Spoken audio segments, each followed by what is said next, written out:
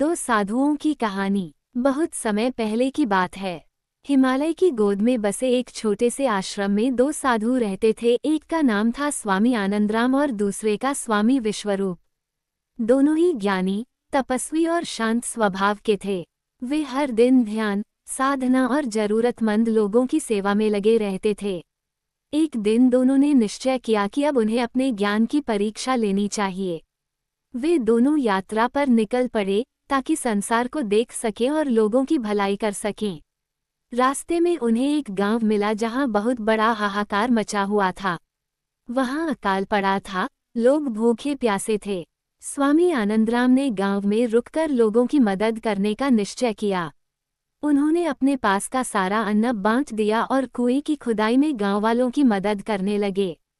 दूसरी ओर स्वामी विश्वरूप ने सोचा कि संसार का दुख असीम है, उसका अंत नहीं। उन्होंने कहा, ग्रेटर देन, मैं ध्यान और साधना से ईश्वर को प्राप्त करूंगा।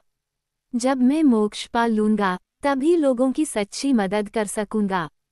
और वे जंगल की ओर चल पड़े, गहरी साधना में लीन हो गए। कई महीने बीत गए। गांव में स्वामी आनंदराम की सेवा से जीवन लौट आया।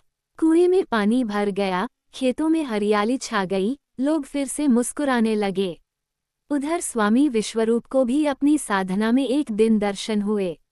उन्होंने ध्यान में देखा कि ईश्वर ने कहा, ग्रेटर देन, जिसने भूखों को भोजन दिया, प्यासों को पानी दिया, वही वास्तव में मेरी पूजा कर रहा है। ये सुनकर स्वामी विश्वरूप की आंखों से आंसू बहने लगे। वे तुरंत लौटकर गांव आए और अपने मित्र आनंदराम के चरणों में सिर झुका दिया।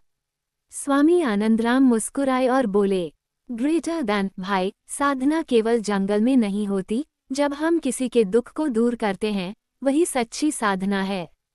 उस दिन से दोनों साधु मिलकर लोगों की सेवा करने लगे।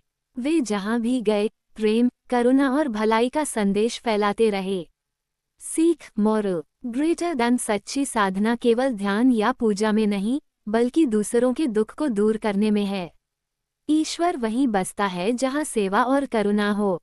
क्या आप चाहेंगे कि मैं इस कहानी का बाल संस्करण, बच्चों के लिए छोटा और सरल रूप भी लिख दूं?